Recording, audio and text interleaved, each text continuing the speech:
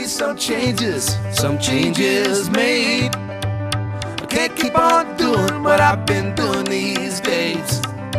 Better figure out something, things are looking great. There are gonna be some changes made. At this time, I'd like to introduce our own senator, one who is up for re-election in November, our great Senator Dick Durbin. Dick.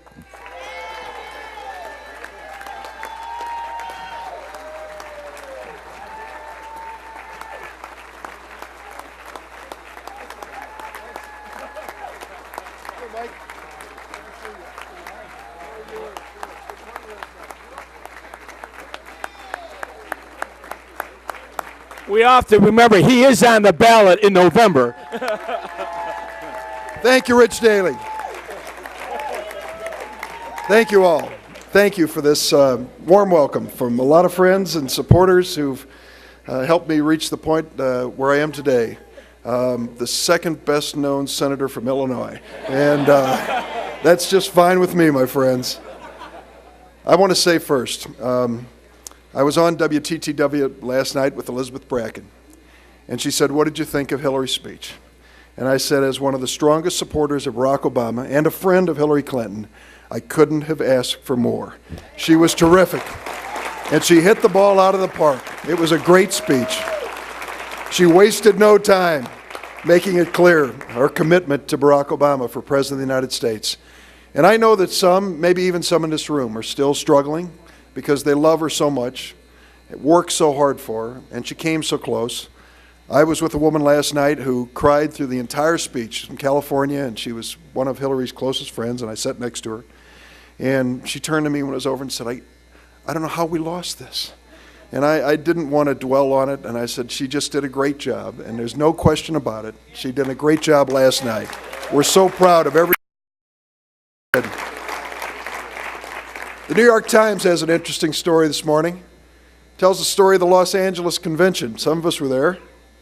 And it tells the journey of a young state senator from Chicago who didn't have credentials and decided he wanted to go out to that convention. So he got out to their airport at LAX and decided to rent a car, credit card, and it was rejected. And he finally talked the lady in the counter after a few phone calls into allowing him to rent a car. And he rented that car, and he went over to the Staples Center, and he couldn't figure out how to get in because he didn't have any credentials. And eventually, and presented us, he got access to one of the skyboxes. Somebody said, well, you can watch the proceedings in the skybox. And he went up there and said he felt like he didn't belong. He was kind of uncomfortable. He didn't even stick around for Thursday when Gore was nominated. Of course, that young state senator was Barack Obama, and that was 8 years ago at the Democratic Convention in Los Angeles.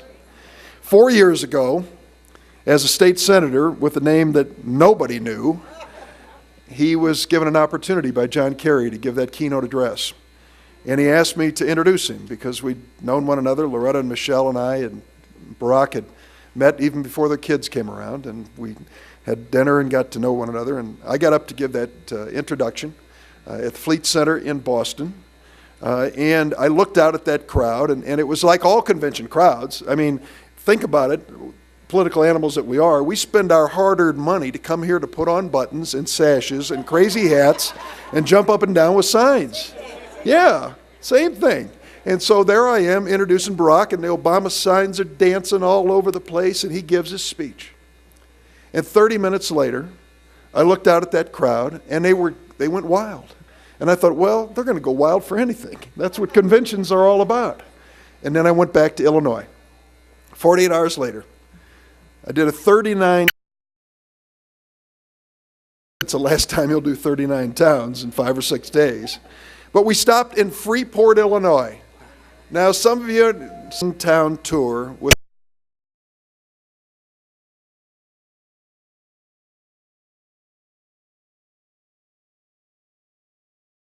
some of you know where Freeport is. There are a few downstaters. Hello. George Gallrep, the mayor of Freeport's back there, and he's a good Democrat. But I want to tell you, you need a flashlight to find the Democrats in Stevenson County. There aren't a lot of them. They're good. They're powerful. The few, the brave, the powerful. And so as we're pulling into Freeport with our van, with Barack and myself, there is a police car with the light going. Stops us, pulls us over, and says, "We just want to let you know we have the crowd under control." We said, "Yes, the crowd's under control." Turned out 150 library. Barack's shaking every hand he can, and I'm wading into this crowd saying, "Who are you? Where are you from?" It was repeated many times.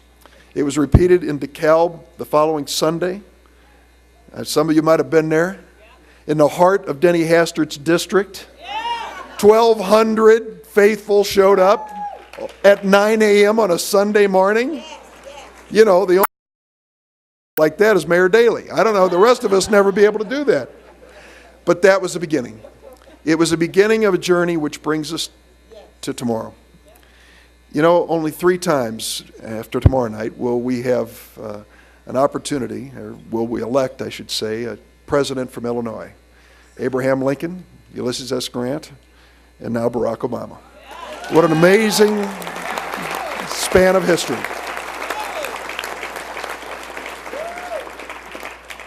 Those of us who know him and love him realize who he is. You listen to the things people say about him and you shake your head and say, that isn't Barack.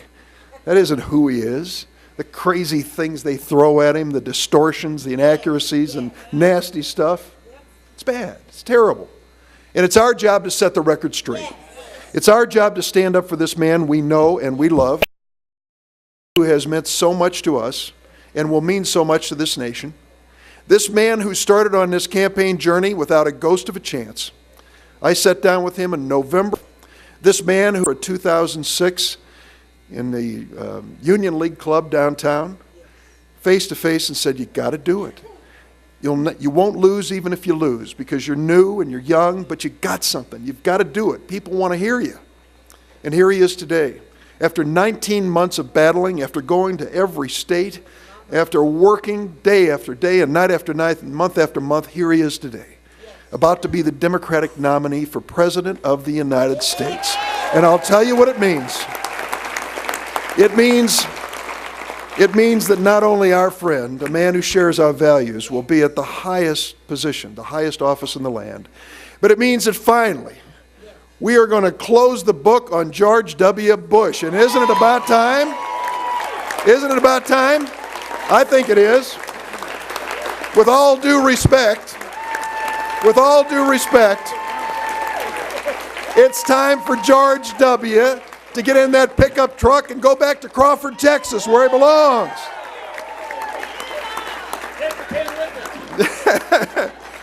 Take Cheney and McCain with him.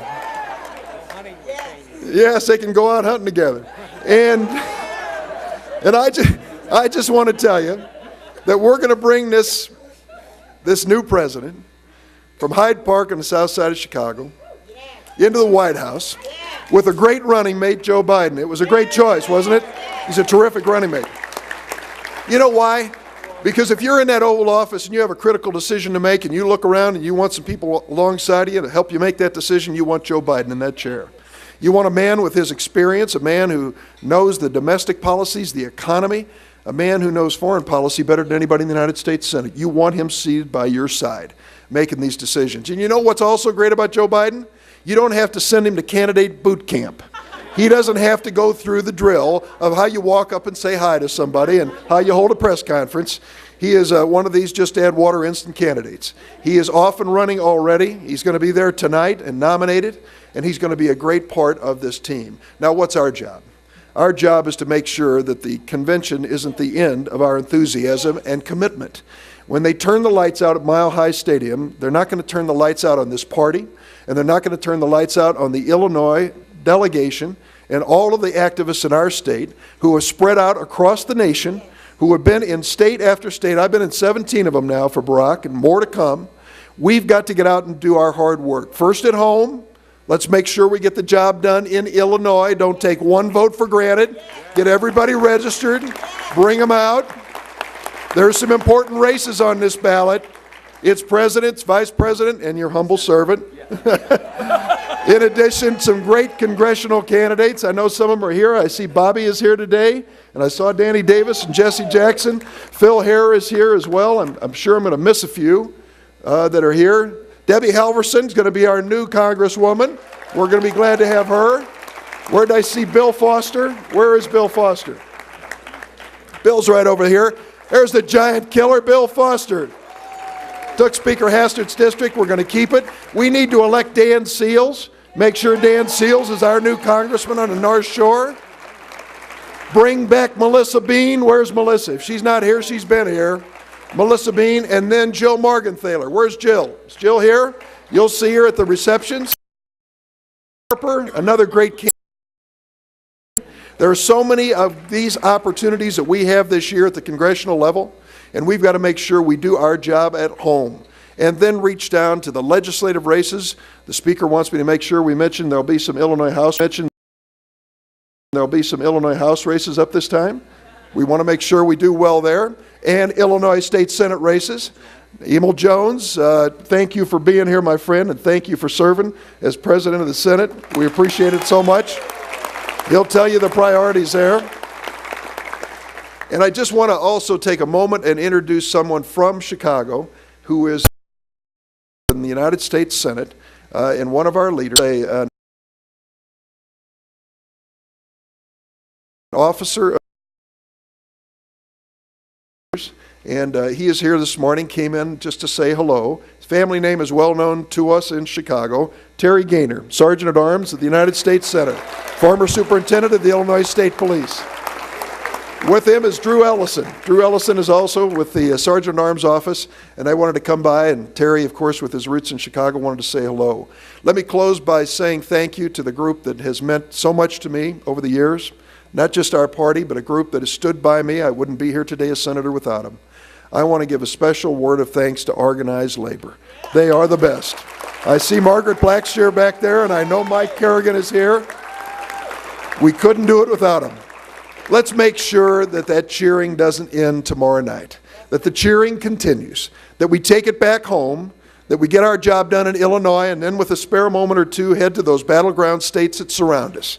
Whether it's Indiana or Wisconsin or Missouri or Iowa, we've got to make sure that we carry this campaign for Barack Obama and for Joe Biden all the way.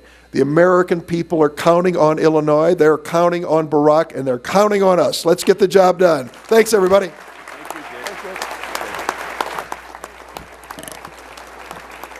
Thank you very much, Senator Dick Durbin.